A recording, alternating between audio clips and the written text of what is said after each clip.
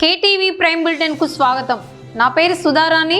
Bulletin ముఖ్యాంశాలు. ప్రభుత్వ whip Jammalamadugu MLA Adinarayana Reddy వ్యాఖ్యల దుమారం. జలాధార కార్యక్రమాన్ని సంపూర్తిగా నిర్వహించాలన్న వైఎస్ఆర్ కడప జిల్లా కలెక్టర్. కడప జిల్లా జమ్మలమడుగు బీజేపీ ఆవిర్భావ దినోత్సవం సందర్భంగా నిర్వహించిన మన ఊరు మన జెండా కార్యక్రమంలో ఎమ్మెల్యే ఆదినారాయణ రెడ్డి పాల్గొన్నారు. ఈ సందర్భంగా ఆయన సంచలన వ్యాఖ్యలు చేశారు. పార్టీ బలోపేతానికి కార్యకర్తలందరూ కలిసికట్టుగా పనిచేయాలని పిలుపునిచ్చిన ఆయన రానున్న స్థానిక సంస్థ ఎన్నికల్లో బీజేపీకి మెజార్టీ సీట్లు దక్కేలా కృషి చేస్తానన్నారు. కడప జిల్లా జెడ్పీ చైర్మన్ స్థానం కూడా బీజేపీకి వచ్చేలా పోరాడతామని తెలిపారు. నియోజకవర్గ అభివృద్ధి కోసం ఎంత దూరమైనా వెళ్తానని, అధికారం కంటే కార్యకర్తలే ముఖ్యమన్నారు. అవసరమైతే కార్యకర్తల కోసం ఎమ్మెల్యే పదవి రాజీనామా చేయడానికి సిద్ధమని స్పష్టం చేశారు.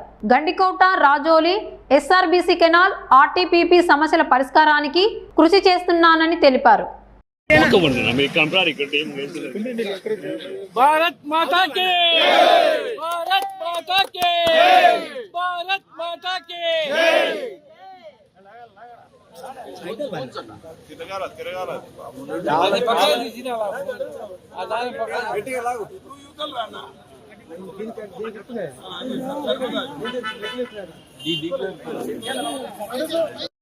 भारत माता के भारत माता के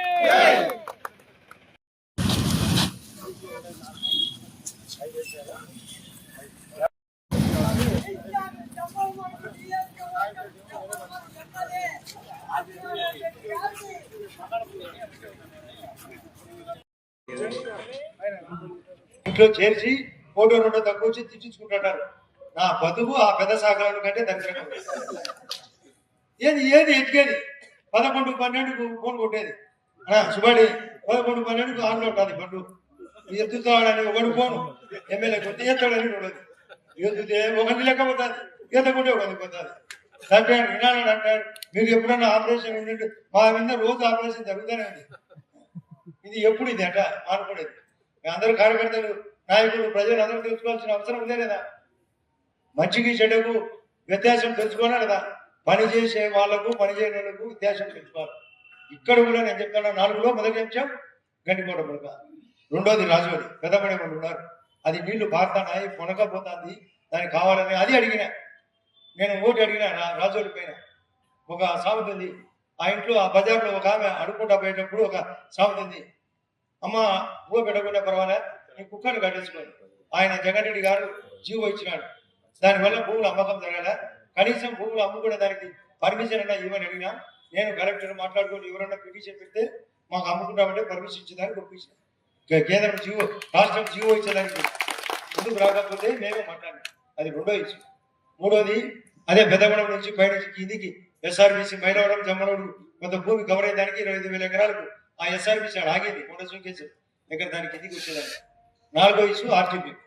కొందరు ఎర్రగొట్టోళ్ళు కూడా ఉన్నారు. ఆర్టీపీ ఇష్యూ కూడా కొంత క్లియర్ కావాలి. అవి కాకుండా మనకు ఆ ప్రైవేట్ ఫ్యాక్టరీ కాబట్టి ఇక్కడ వరుసగా నాకు ప్రబోధనలు ఇచ్చినారు. మనకు దానితో పాటు ఆదానిది కానీ, ఇంకోటి జేకే సిమెంట్స్ అని కానీ, చెచ్చినాడు అని కానీ, మరొక సిమెంట్ శ్రీ సిమెంట్స్ అని కానీ వాళ్ళు కూడా రాబోతారు. ఆ స్టీల్ ఫ్యాక్టరీ స్టార్ట్ చేసినారు, అది కూడా రాబోతారు. ఈ తాలూకా ప్రయోజనం ఆశిస్తూ, ఈ రాష్ట్ర ప్రయోజనం ఆశిస్తూ మనం కఠినంగా ఉండాల్సిన అవసరం ఉంది. లోకల్ బాడీ ఎలక్షన్ వచ్చినప్పుడు నేను ఖచ్చితంగా బీజేపీ పార్టీ తరఫున కొట్లాడి అత్యధిక సీట్లు రాబట్టే బాధ్యత పార్టీ బలపడాలా. మనకు రేపు జిల్లా పరిషత్ కూడా మన కంట్రోల్ కావాలా. అవసరమైతే జిల్లా పరిషత్ కూడా మన బీజేపీ పార్టీ చైర్మన్ అడగాల్సిన అవసరం ఉంది. మనకు ఉంది హక్కు. మనం పోలవరాన్ని మనం, అమరావతిని కాపాడేది మనం, నేషనల్ హైవేని కాపాడేది మనం, ఇళ్లకు మనం, తాగునీళ్లకు మనం, జలజీవన మిషన్, అమృత పథకం, సోలార్, విండ్ పవర్ పర్మిషన్ ఇచ్చినది మనం. ప్లస్ గూగుల్ మీరు అందరూ గూగుల్ విషయం రాబడితే జగన్ రెడ్డి ఏమంటున్నాడు, అది నేనే అంటున్నాడు. నేను స్టేట్మెంట్ ఇచ్చి మనకు పంచభూతాలని పెద్దలు చెప్తారు శాస్త్రం. పంచభూతాలు కూడా నేను చెప్తేనే వచ్చినదని చెప్పగలిగిన పెనుభూతం ఎవరు అంటే జగన్ రెడ్డి. మళ్ళీ చెప్తున్నా, పంచభూతాలు నాశిస్తే నేను చెప్తేనే బయటికి రావాలా. సూర్యుడు ఆనంటే ఆను, చంద్రుడు ఆనంటే ఆను, సముద్రం ఆనంటే ఆను, ఆకాశం కిందికి దిగి రావాలని పంచభూతాలు గాలి కానీ కానీ నా కంట్రోల్ ఉందని చెప్పగలిగిన, పంచభూతాలు నావే అని చెప్పగలిగిన, మీరు నోట్ చేసుకోవాలి.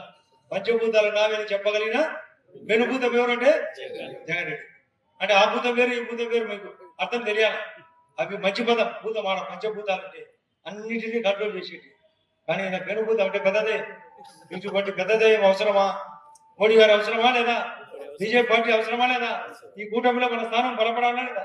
మనకు ఎక్కడన్నా నేను నన్ను కూడా చాలా మంది నాకు బాధలు ఉన్నాయి, జనంలో నన్ను కూడా బాధ పెడతాను పార్టీ పరంగా. ఎక్కడ ఈ పార్టీ కాదు, కొందరు పైన కూటమిలో కూడా నాకు బాధ ఉంది కొంత. ఆ బాధ నివారణ కోసం నేను మీకోసం నాకు ఈ పదవి కంటే మీరే నాకు అవసరమైతే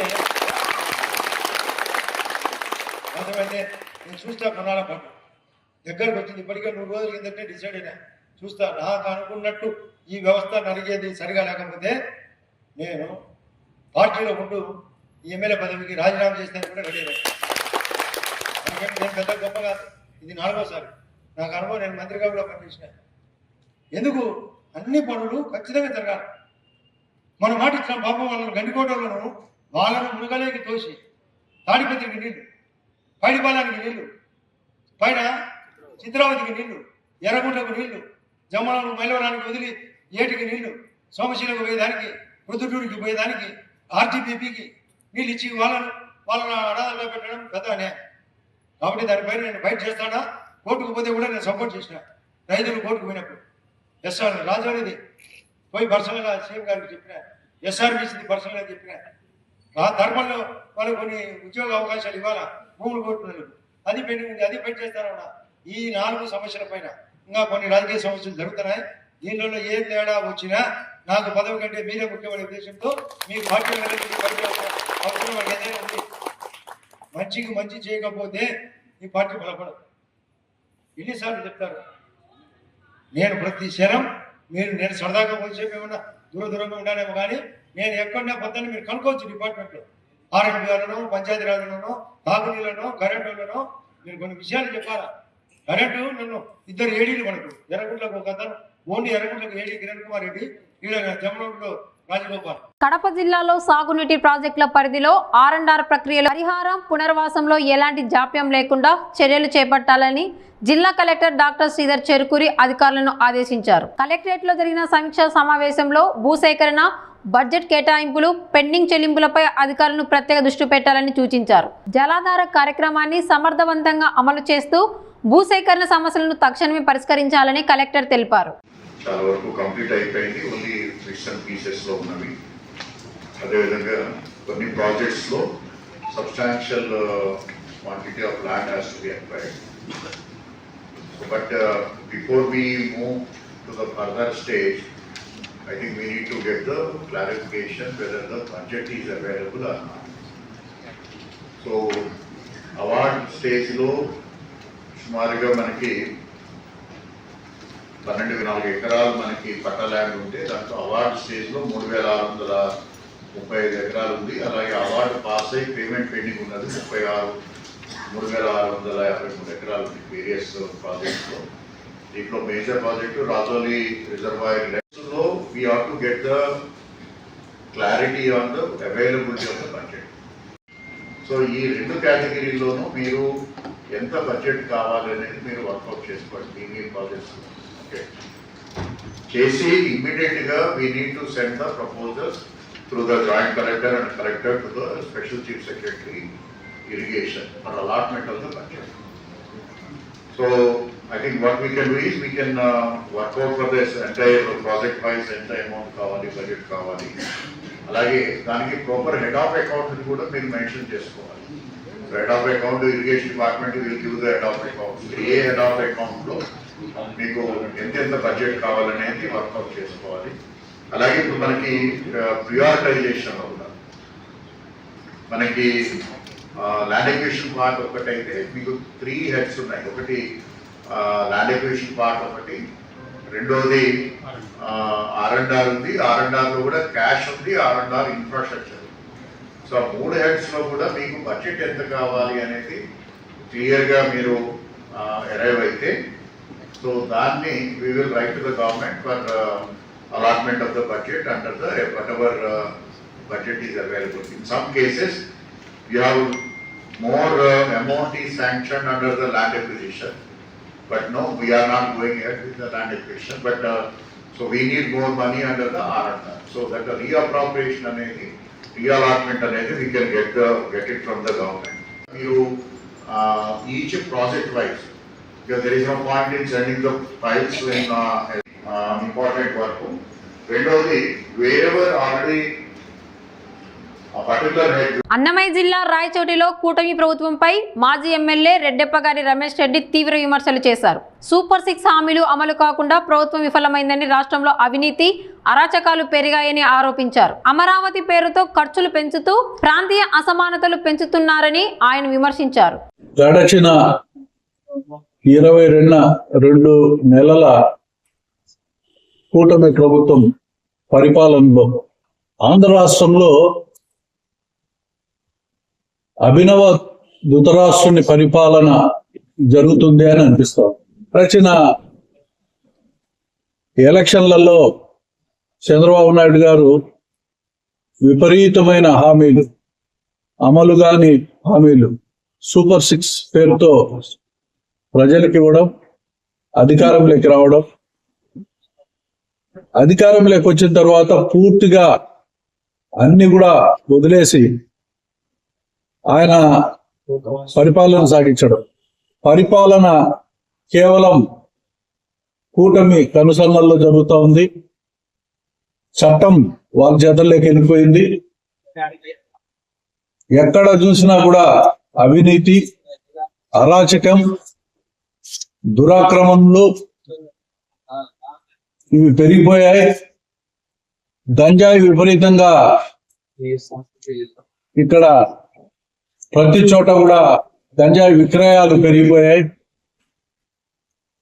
డ్రగ్స్ ఈరోజు ఆంధ్రప్రదేశ్ ప్రజాప్రతినిధులు కూడా డ్రగ్స్ వాడే పరిస్థితికి వచ్చినారంటే కూటమి ప్రభుత్వం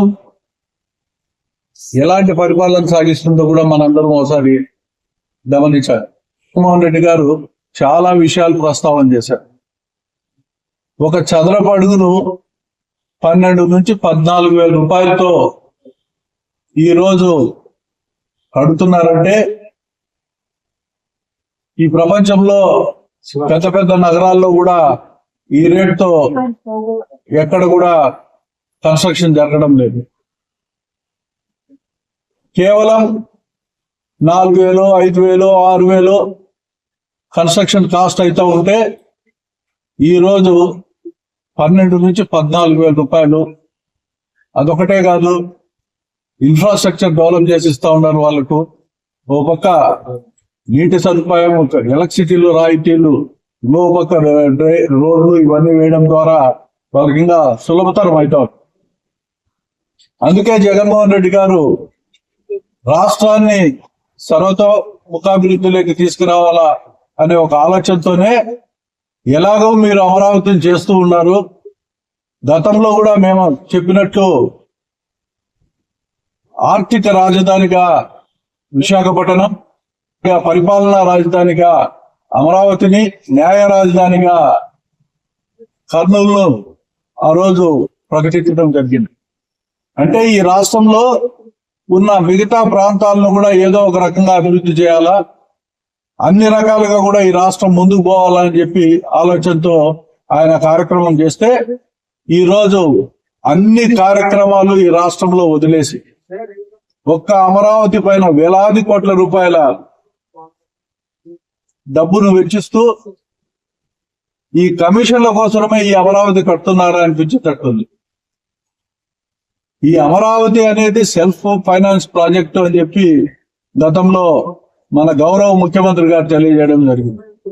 మీరు చేసే భూదందా తప్పనిచ్చి, రియల్ ఎస్టేట్ వ్యాపారం తప్పనిచ్చి ఇంకోటి కనపడతా ఉంది. అక్కడ రియల్ ఎస్టేట్ వ్యాపారం ఎంత చక్కగా జరుగుతా ఉందంటే ఆ చుట్టుపక్కల మీకు కావాల్సిన వాళ్ళందరూ విపరీతమైన భూములు కొనడము, అవన్నీ కూడా పక్కన పెట్టించి ఇప్పుడు డెవలప్ చేసి పెద్ద ఎత్తున రేట్లకు అమ్ముకోవాలని చూస్తున్నారు తప్పనిచ్చి ఇంకోటి ఏమైనా కనపడతా ఉంది అక్కడ. అందుకే జగన్మోహన్ రెడ్డి గారు ఈ రాష్ట్రాన్ని సమగ్రంగా అభివృద్ధి చెందాలంటే మీ కోరిక మేరకు కూడా మావిగన్ అనే ఒక ప్రాంతాన్ని అభివృద్ధి చేయాలా అని చెప్పి మచిలీపట్నం కానీ, విజయవాడ కానీ, గుంటూరు కానీ అభివృద్ధి చేస్తే ఇప్పటికే ఆడ దాదాపు 40-50 లక్షల జనాభా పైన ఉన్నారు. ఆ ప్రాంతంలో ఉండే ప్రజలు కూడా బాగుపడతారు, అభివృద్ధి జరుగుతుంది, అక్కడ రెవెన్యూ వచ్చేదానికి అవకాశం ఉంటుంది అని చెప్పి ఒక భావంతో అది కూడా కలిపి చేయండి అని చెప్పి ఒక ప్లాన్ బి ఒకటి ఇవ్వడం జరిగింది. ఈరోజు ఏం చేస్తా ఉన్నారు? ఈ మావిగన్ అనే కార్యక్రమం రాష్ట్ర వ్యాప్తంగా చర్చకు వచ్చింది. ప్రజలందరూ కూడా హర్షిస్తున్నారు. ఆ ప్రాంతం అభివృద్ధి చెందితే ఆ 3 జిల్లాలు కూడా అక్కడ, ఓ పక్క కృష్ణా జిల్లా, ఓ పక్క గుంటూరు జిల్లా, ఇవన్నీ 2 జిల్లాలు సమగ్రంగా అభివృద్ధి చెందేదానికి అవకాశం ఉంటుంది. కాబట్టి ఆ ప్రాంతంలో ఏమైనా అక్కడ ఉన్న ప్రజలందరూ కూడా దీన్ని హర్షిస్తున్నారు. కాబట్టి మాకు ఇబ్బంది జరుగుతుందని భయపడి కొన్ని పత్రికలను, అంటే మీకు అనుకూల పత్రికల ద్వారా దానిపైన దుష్ప్రచారం చేయడం జరిగింది. ప్రశ్నించే వారిపైన దుష్ప్రచారం చేయడం మీకు అవసరమా? ఇంకో పక్క చూస్తే లక్షలాది మందికి ఉద్యోగాలు ఇచ్చినామని చెప్పి ప్రచారం చేస్తూ ఉంటారు. నేను చంద్రబాబు నాయుడు గారిని ఈరోజు అభినందిస్తున్నాను. బ్రహ్మాండంగా మీరు ఈ 2 సంవత్సరాల్లో లక్షల ఉద్యోగాలు ఇచ్చినట్టు కనపడతానే ఉంది. ఇది అతిశయోక్తితో మాట్లాడటం లేదు. నేను ఈ రోజు ప్రతి నియోజకవర్గంలో కూడా దాదాపు 1000 నుంచి 2000 మంది బెల్ట్ షాపులు నిర్వహిస్తున్నారు. ఇది ఒక ఉద్యోగమే. హోమ్ డెలివరీ చేస్తా ఉన్నారు. సరుకులు, బాటళ్ళు కావాల్సిన వాళ్ళకు హోమ్ డెలివరీ చేసే సర్వీసును కూడా స్టార్ట్ చేసినారు. ఇసుక విపరీతంగా ఎత్తి తరలిస్తా ఉన్నారు, మట్టిని తరలిస్తా ఉన్నారు, భూ కబ్జాలు చేస్తా ఉన్నారు. ఇవన్నీ వేసి దాదాపు ప్రతి నియోజకవర్గంలో కూడా 2 నుంచి 3 వేల మంది సునాయాసంగా బతుకుతా ఉన్నారు ఉద్యోగాలు చేసుకొని. ఈ ఉద్యోగాలు చేస్తా ఉన్నారు. ఇప్పుడు అంటే మీకు అర్థమైంది కదా సర్వీస్ సెక్టర్ ఎంత బాగా ఇంప్రూవ్ చేసినాడో చంద్రబాబు నాయుడు గారు. హోమ్ డెలివరీ ద్వారా దాదాపు 1000 మంది బతుకుతా ఉంటారు ప్రతి నియోజకవర్గంలో. బెల్ట్ షాపుల్లో బాటలు తీసుకొని మోటార్ సైకిళ్లలో దీనిని రవాణా, ప్రతి ఇంటికి కూడా రవాణా చేసే కార్యక్రమం, ఇది కూడా ఉద్యోగమే. ఈ రకంగా చూస్తే దాదాపు నాకు తెలిసి ఒక 5 లక్షల మంది ఈ రాష్ట్రంలో మీరు ఊహించిన ఉద్యోగాలు చేస్తా ఉన్నారు అని చెప్పి ఈ సందర్భంగా తెలియజేస్తాం. అంటే మీరు ప్రభుత్వ ఉద్యోగాలు ఇవ్వరు, కార్పొరేట్ ఉద్యోగాలు వచ్చే పరిస్థితులు లేవు. మీరు చెప్పే మాటలు ఈరోజు నిప్పాన్ స్టీలో, ఇంకోటో, లేకుంటే డేటా సెంటరో, లేకుంటే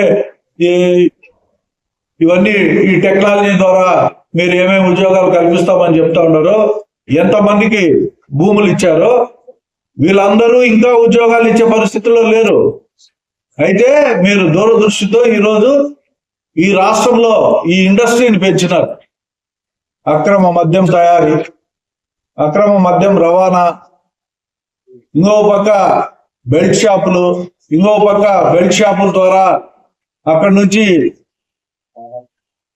హోమ్ డెలివరీలు. ఇంతటి దారుణమైన పరిపాలన ఒక పక్క సాగిస్తూ ఉంటే ఇది ధృతరాష్ట్రుడి పరిపాలన కాదా? అభినవ ధృతరాష్ట్రుడు కాదా చంద్రబాబు నాయుడు గారు అని చెప్పి ఈ సందర్భంగా నేను తెలియజేస్తాను. ఎందుకయ్యా ఇంత ఉరుకుపాటు? ప్రతి దానిపైన స్పందించడమే. మీరు ఈ 2 సంవత్సరాల్లో చేసింది మీ ప్రచారము, ఇంకో పక్క దుష్ప్రచారం. జగన్మోహన్ రెడ్డి గారి పైన దుష్ప్రచారం, మీ పైన మీరు అవి బ్రహ్మాండమైన ప్రచారం, దానికి 1000 కోట్ల ఖర్చు. ప్రతి మీటింగ్ లో కూడా ఈ 2 సంవత్సరాల కాలంలో జగన్మోహన్ రెడ్డి గారి పైన దుమ్మెత్తిపోయడం తప్ప నుంచి మీరు సాధించిన ప్రగతి ఏమైనా ఉందా ఈ రాష్ట్రంలో? వైఎస్ఆర్ కడప జిల్లా బద్వేల్ పట్టణంలో రాధాకృష్ణ కళ్యాణ మండపం వివాదం మరింత వేడెక్కింది. ఈ విషయంపై రాధాకృష్ణ సోదరి రామాయణపు కృష్ణకుమారి, వారి న్యాయవాదులు పివిఎస్ ప్రసాద్, హరిప్రసాద్లతో కలిసి మీడియా సమావేశం నిర్వహించారు. ఈ సందర్భంగా కళ్యాణ మండపానికి నిజమైన వారసులు ఎవరన్నది కోర్టే తేల్చాలని తెలిపారు. ఈ ఆస్తి ప్రస్తుతం కోర్టులో ఉన్నందున న్యాయ ప్రక్రియను గౌరవిస్తున్నామని పేర్కొన్నారు. అక్రమంగా ఆస్తిని స్వాధీనం చేసుకోవాలనుకునే ప్రయత్నంలో కొందరు తప్పుడు ఆరోపణలు చేస్తూ గందరగోళం సృష్టిస్తున్నారని విమర్శించారు. తమపై దాడులు చేసిన వారే తప్పుడు ప్రచారం చేస్తున్నారని ఆరోపించారు. న్యాయంపై పూర్తి విశ్వాసం ఉందని, నిజం కోర్టులోనే వెలుగులోకి వస్తుందని వారు స్పష్టం చేశారు. ఆయన 26/8/2002లో ఒక ఆస్తి అమ్మినారు. అందరు కలిసి అమ్మినారు. అప్పుడు అడ్రస్ ఏముంది? నాగరాజుపేట కడప. నీకు వాస్తవంగా కనుక ఆయన బద్దెల్లో ఉండి వీలునామా రాపిస్తే 19వ తేదీన మరి 22వ తేదీన రిజిస్టర్ డాక్యుమెంట్ ఇది. ఈ రిజిస్టర్ డాక్యుమెంట్లో ఆయన అడ్రస్ ఎక్కడుంది? కడప అడ్రస్ ఉంది. దాన్ని బట్టి చెప్పచ్చు ఇది ఎంత ఫేక్ అని. అంతేకాకుండా ఈ డాక్యుమెంట్ ఫేక్ అని చెప్పి మన డిస్ట్రిక్ట్ రిజిస్టర్ గారు కూడా కడప సబ్ కోర్టులో కూడా వచ్చేసి ఇది ఫేక్ డాక్యుమెంట్ అని కూడా చెప్పడం జరిగింది. అంతేకాకుండా ఈ డాక్యుమెంట్ సందర్భంగా ఈ స్టాంప్ వెండర్ని కూడా పోలీసులు విచారించినారు. స్టాంప్ వెండర్ని విచారిస్తే స్టాంప్ వెండర్ కోర్టు దగ్గర మామూలు పోలీసుల దగ్గర మనం ఏం చెప్పినా కానీ రేపు పొద్దున కోర్టులో నేను చెప్పలేదంటే దానికి విలువ ఉండదని అదే యొక్క స్టేట్మెంట్ జడ్జి గారి ముందర ఇంకా రికార్డింగ్ చేసి ఇంకా దానికి వ్యాలిడిటీ ఉంటుందనే ఉద్దేశంతో ఆ స్టాంప్ వెండర్ను కోర్టులో హాజరుపరచడం జరిగింది. అప్పుడు ఏం చెప్పినాడు? రాధాకృష్ణ గారు ఎవరో నాకు తెలియదండి, ఆయన ముఖమే నేను చూడలేదు, ఆయనకి ఎప్పుడే కానీ మేము స్టాంప్ అమ్మింది లేదు అని ఒక స్టేట్మెంట్ కూడా ఇచ్చినాడు ఆయన. ఈయన డిస్ట్రిక్ట్ రిజిస్ట్రార్ వచ్చేసి కోర్టుకు వచ్చేసి చెప్పిన డాక్యుమెంట్ ఇది, అది ఇంత ఫేక్ అని.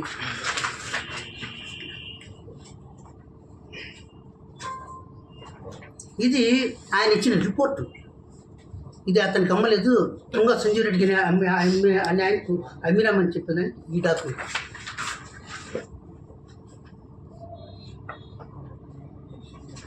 ఇక్కడ స్టాంప్ వెండర్ ఉన్నాడు చూడండి.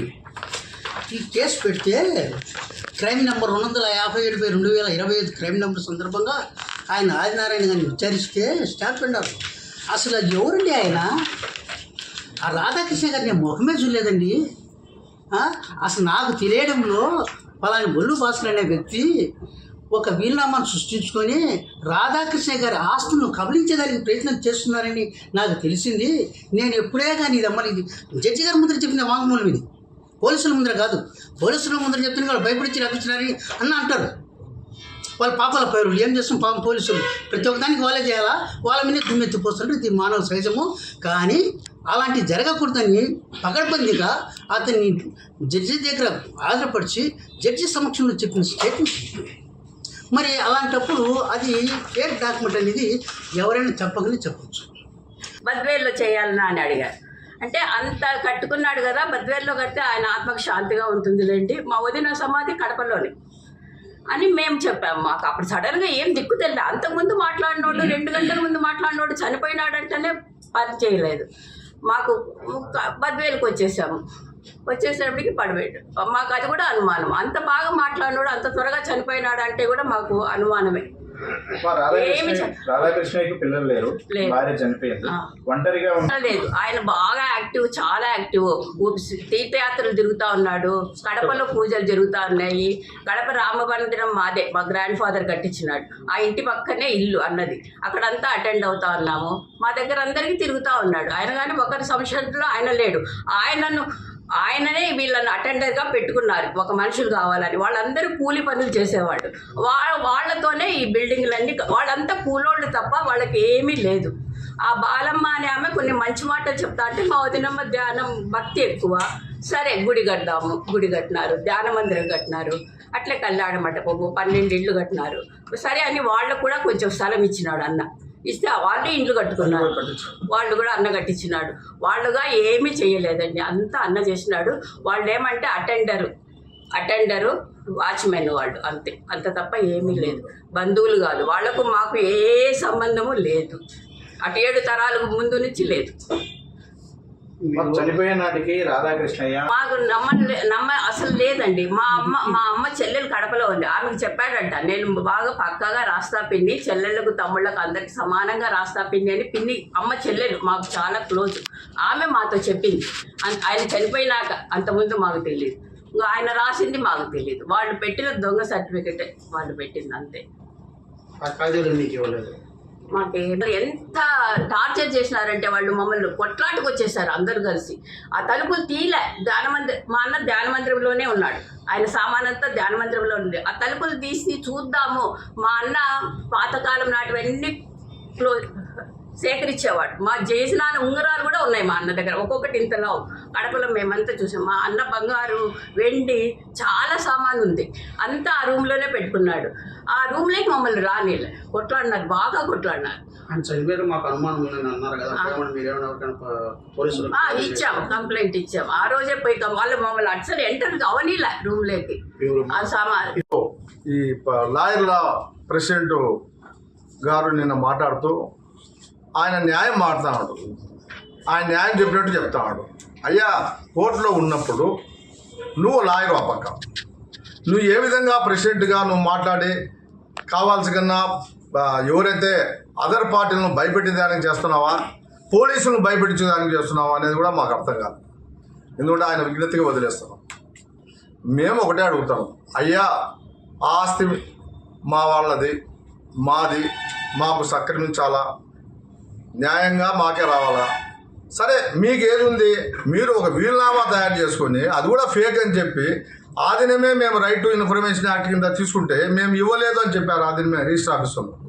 దాని మీద కోర్టులో పోతే కోర్టులో ఎవరైతే జాయింట్ రిజిస్ట్రార్ ఉన్నాడో అతను వచ్చి కోర్టుకు చెప్పాడు, ఆ 20 రూపాయల స్టాంప్ మేము ఇచ్చింది, మేము 100 రూపాయల స్టాంప్ ఇలా, అది కూడా పలానా వ్యక్తికి ఇచ్చినామని చెప్పారు.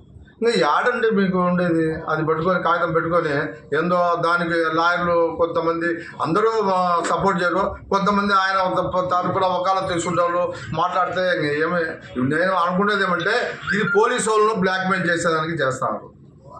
పోలీసు వాళ్ళు మాకు కూడా వాళ్ళ మీద మంచి అభిప్రాయం లేదు. ఇప్పుడు ప్రస్తుతము మాకు అన్యాయం చేశారు. ఒక కేసులో ప్రేమ వేసి దొరికితే ఎందుకు కానీ ఇన్ని రోజులు గుమ్మని ఉన్నారు. కాబట్టి మాకు కూడా వాళ్ళ మీద అసంతృప్తి ఉంది, పోలీసులు మాకు న్యాయం చేయలేదు అని మేము కూడా అనుకుంటున్నాం. కాబట్టి ఇంత దుర్మార్గంగా జరుగుతూ ఉంటే బద్వేల్ టౌన్లో ప్రజలు కూడా అర్థం చేసుకోవాలా, క్లయింట్లు కూడా అర్థం చేసుకోవాలా. ఈ లాయర్లు కొంతమంది మంచిగానే ఉన్నారు, ఒకరిద్దరు ఈ విధంగా ఆ ముసుగులో కొంతమందిని వాళ్ళ క్లయింట్లు కాపాడడానికి ప్రయత్నం తప్ప ఇంకోటి కాదు. అతను ఏం చేశాడంటే ఇంతకుముందు కర్నూలు అతను కొట్టినప్పుడు ఎందుకు అప్పుడు బాయ్కట్ చేయాల? మేమేమైనా కొట్టామా? మా మనిషి ఖాళీ చేస్తా అంటే బీగాలు వేసుకొని పోతే వాడిని కత్తితో పొడిచేదానికి వచ్చినాడు. అది నేరమా? పోయిందాన్ని నేరమా? దాన్ని ఒకవేళ నీకు లాయర్ కాబట్టి, నీకు తెలివి ఉంది కాబట్టి నువ్వు ఇంట్లో గ్లాసులు పాల్గొట్టుకొని అవి పాల్గొట్టుకొని ఏదంటే సీసీ కెమెరాలు చూడండి గ్లాసులు ఏమైనా పాల్గొట్టారమో. మీరు దగ్గరికి వచ్చి తిట్టను పోయి కత్తితో పొడుచుని పోతే వాళ్ళని కాపాడేదానికి, వాళ్ళు కాపాడడానికి మా మీద నిందేస్తారు తప్ప ఇంకోటి కాదు. మేము ఒకటే చెప్తాం, మేము కోర్టు అంటే గౌరవము. జడ్జిమెంట్ ఏ విధంగా వస్తే, న్యాయం ఏ విధంగా జరిగితే న్యాయం జరుగుతుందని మేము ఆశిస్తున్నాం. ఎందుకంటే దొంగ అనే విధంగా తయారైంది. ఇప్పుడు ఎవరైతే దొంగతనం చేశారో వాళ్ళే దొంగ అని అరుస్తారు. దొంగతనం చేసినోడు మమ్మల్ని దొంగ అని అరిస్తే ఇది ఎంతవరకు ఉందో చూడండి, ఒకసారి మీరు కూడా ఆలోచించాలా. కాబట్టి దీంట్లో 100% మాకు ఉంది. మా కోర్టు అంటే గౌరవము. కోర్టు ఏ విధంగా తీర్పు చెప్తే దాన్ని మేము కూడా సహకరిస్తాం, మేము కూడా ఉంటాం. అంతేగాని కొంత దీన్ని ఏదో రాజకీయం చేయాలా, రాజకీయ నాయకుల కన్నా ఎక్కువ చేస్తారు. ఇప్పుడు ఆయన ఏదో చెప్తాడు న్యాయము జరగాల, పోలీసులు ఎంటర్ కాకూడదని. పోలీసులు ఎందుకు ఎంటర్ అయ్యారు? పోలీసులు ఎందుకండి? మా పోలీసులు ఎంటర్ కాకూడదని నువ్వు తెచ్చినావు, కాగితం తెచ్చినాడు పోలీసులు ఎంటర్ కాకూడదని. పోలీసులు ఎవరికి సపోర్ట్ చేస్తున్నారు? నీకే సపోర్ట్ చేస్తున్నారు. నిన్ను దొరక లోపల బుక్ చేయకుండా పోవడమే తప్పు. నువ్వు నువ్వు తప్పు చేసావు తెలిసి కూడా ఎందుకు నీ మీద యాక్షన్ తీసుకోలేకున్నారు? అది మేము అడగాల. మేము అడగాల్సింది పోయి వాళ్ళు అడుగుతారు. కడప జిల్లా బద్వేల్ పట్టణంలోని పెద్ద చెరువు ప్రాంగణంలో నీటి భద్రత, సాగునీటి సంఘాల బాధ్యత కార్యక్రమం నిర్వహించారు. ఈ కార్యక్రమానికి TDP incharge Ritesh Reddy, RDO Chandramohan, కూటమి అభ్యర్థి రోషన్న ముఖ్య అతిథులుగా హాజరై ప్రారంభించారు. ఈ సందర్భంగా వారు మాట్లాడుతూ రైతుల సాగునీటి కష్టాలను తొలగించి ప్రతి ఎకరాకు నీటిని అందించడమే ప్రభుత్వ లక్ష్యమని తెలిపారు. చెరువుల పునరుద్ధరణ, పూడికతీత, భూగర్భ జలాల పెంపుదల కోసం 90 రోజుల్లో పనులు పూర్తి చేస్తామని చెప్పారు. పనులు గుర్తింపు, నిధుల మంజూరు, అమలు దశలు వేగంగా పూర్తి చేస్తామని అధికారులు వెల్లడించారు. కార్యక్రమంలో పలువురు ప్రజాప్రతినిధులు, టీడీపీ నాయకులు, రైతులు పాల్గొన్నారు.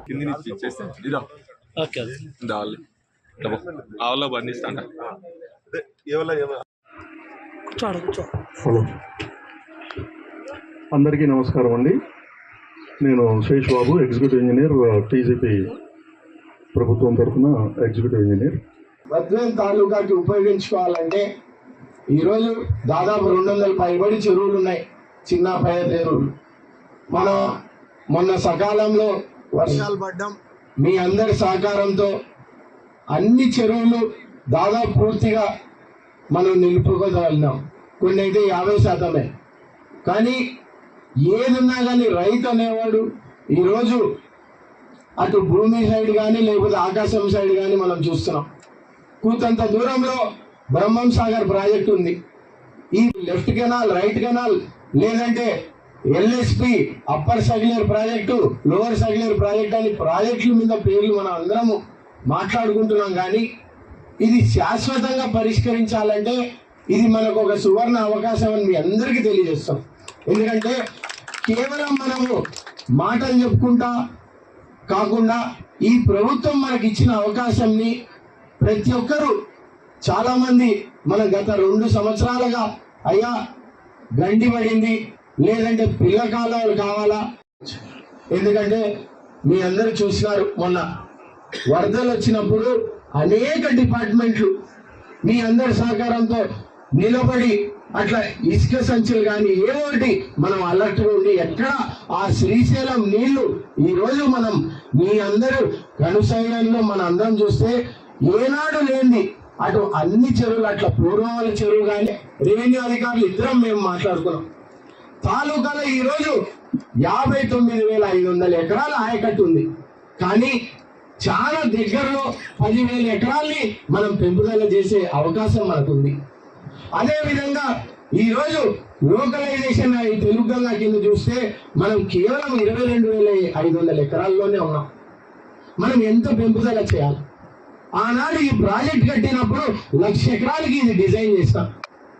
కానీ ఈ రోజు కూడా ఇన్ని సంవత్సరాలు మనం మాట్లాడుకుంటున్నాం. కానీ నీటి పనులు సంతోషకరమైన విషయం మేము మాట్లాడుతుంటే ఇది మా పుణ్యం మీ పుణ్యం కదా, మీ బాధ్యత మీది. ఈరోజు పొట్లుగా మీరు కానీ వడ్లు కానీ వేసుకొని మీ కాళ్ళ మీద నిలబడాలనే ధ్యేయంతోనే మనందరం కృషి చేసి ఈ అవకాశం ఇచ్చిన ప్రతి ఒక్కరూ ఇది మన బాధ్యతను తీసుకుంటూనే అవుతుంది. దీనికోసం పోరాటం అన్ని విధాలుగా ఇక్కడ యంత్రాంగం కానీ మనందరం తెలుగుదల చేయాలి. ఎన్ని కోట్లు ఇచ్చినా కానీ మాకు తక్కువే, మీకు ఎంత చేసినా తక్కువే. కేవలం ఈరోజు మనం ఫ్లడ్ డ్యామేజ్ రిస్టోరేషన్ కానీ లేదంటే ఓఎన్ఎం మెయింటెనెన్స్ వర్క్, ఆఖరికి మన లిఫ్ట్ ఇరిగేషన్లు కూడా ఉన్నాయి. ఈ లిఫ్ట్ ఇరిగేషన్లు కూడా పూర్తి చేయాల్సిన అవసరం ఉంది మనకి. అటు ఇందాక పెద్ద వెంకటరెడ్డి అన్న మాట్లాడుతుంది, అయ్యా దయవుంచి ఒక ప్రాంతానికి ఇబ్బంది కాదు, అన్ని మండలాలు మాకు అన్ని కళ్ళే. బాగా రితీష్ రెడ్డి గారు, విజయమ్మ గారు, ఆర్డీఓ సార్ గారు, ముఖ్యమంత్రి మొత్తం అందరు చెప్పిండ్రు. లాస్ట్కు 2 తూములు ఎరగబడిపోయి గాలి పైపులు పెట్టుకొని రైతులతో విజయమ్మ గారు, రితీష్ రెడ్డి గారు ఆదేశంతో గాలి పైపులతో నీళ్లు నడిపినాం సార్. ఇక్కడ బద్వేల్ చెరువు ఈడ వచ్చిన నీళ్ళు ఏంటంటే ఈ పొద్దు 5 ఫుట్లు అయినాయి. 2వ కారు పచ్చుకారు నీళ్లు పైరు పెట్టుకొని ఉంటే 10 ఫుట్లు సంవత్సరానికి. ఒక్క కాలం లేదు, 10 సంవత్సరాలైంది. ఒక్క కాలం చేసిన నాదులు లేడు, తీసుకొచ్చిన నాదులు లేడు. ఈడ మరి బద్వేల్ చెరువు టు చెన్నంపల్లి చెరువు ఆయన నుంచి మెయిన్ జలాలు చేయాలి. చదువుడు వాదాడుగా పూర్తిగా ప్రతి ఒక్కటి గవర్నమెంట్ మీద వేసి వాళ్ళే చేస్తారని ఇంట్లో కూర్చుంటే పనులు జరగవు. దానికి ఒక చిన్న ఎగ్జాంపుల్ ఏంటంటే మన పంట మన కాలువల పక్కన ఉంటుంది. కాలువలు ఎక్కడో లేవు, రైతుల పొలాల పక్కనే ఉన్నాయి. కాలువను ప్రతి ఎకరాకు ప్రతి సంవత్సరం కొంచెం జరుపుకుంటూ వచ్చి కాలువలు చిన్న చేయటం, వంకలు ఉంటే వంకలు ఆక్రమించడం, వెనకబారడానికి చెప్పినట్టు ఈ బద్వేల్ చెరువు నుంచి చెన్నంపల్లి చెరువుకు ఒక పెద్ద సమస్య, ప్రధాన సమస్య ఏంటంటే ఈ సంవత్సరం నేను ఎదుర్కొన్న సమస్య. అందరం జీవో జారీ చేసినందుకు ఇటు ముఖ్యమంత్రి గారికి, ఇటు మన నాయకత్వానికి ఘనంగా చప్పట్లతో కరతాల పనులతో అందరం దీన్ని ఆస్వాదిస్తూ స్వాగతించాల్సిన అంశం. ఇటువంటి కార్యక్రమాలే సార్ మా బద్వేల్ నియోజకవర్గ దురదృష్టం ఏంటో కానీ 40 దశాబ్దాలు పట్టిందండి తెలుగంగ ప్రాజెక్టు చిట్ట చివరి ఆయకట్టుకు నీళ్లు పారాలంటే ఇప్పుడు కూడా పెండింగ్ ఉంది. రమారమిగా 15 టీమ్స్ నీళ్లు బ్రహ్మసాయి ప్రాజెక్టులో ఉన్నా కూడా ముఖ్యమంత్రి నారా చంద్రబాబు నాయుడు గారు నీటి గురించి, నీటి సంరక్షణ గురించి ఇటువంటి కార్యక్రమం, ఇలాంటి సదస్సు ఏర్పాటు చేయడం రైతులందరికీ కూడా ఉపయోగకరమైనది. మనం అదేవిధంగా ప్రజల యొక్క భాగస్వామ్యం ఉంటేనే మనం ఈ ప్రభుత్వం నుంచి ఏదైనా కార్యక్రమం ఏర్పాటు చేసినా కానీ అది విజయవంతం అవుతుంది. అదేవిధంగా మనము వర్షపు నీరు వస్తుంది కదా, ఆ వర్షపు నీరును కూడా మనము సేవ్ చేయాల్సిన బాధ్యత కూడా మన అందరిపైన ఉంది. ఇక్కడ ఉన్నటువంటి నీటి సంఘం నాయకులు గ్రామాల్లోకి వెళ్ళి అక్కడ ఉన్నటువంటి చెరువులను, కాలువలను మరి సాగునీటి సంఘాలను బాధ్యత చేస్తూ తర్వాత ఈ 3 రోజుల షెడ్యూల్ ప్రకటించడం జరిగింది. దీని ద్వారా ముఖ్య ఉద్దేశం ఏంటంటే ఈ పథకం ద్వారా రాష్ట్ర వ్యాప్తంగా ఎండిపోయిన భూగర్భ జల మట్టాలను కనీసం 1 మీటరు ఎత్తుకు పెంచడం, తద్వారా ఏ మండలాల్లో అయితే ఇది వాటి ప్రైమ్ బులెటిన్. చూస్తూనే ఉండండి KTV, ప్రతి వార్త ప్రజల పక్షం.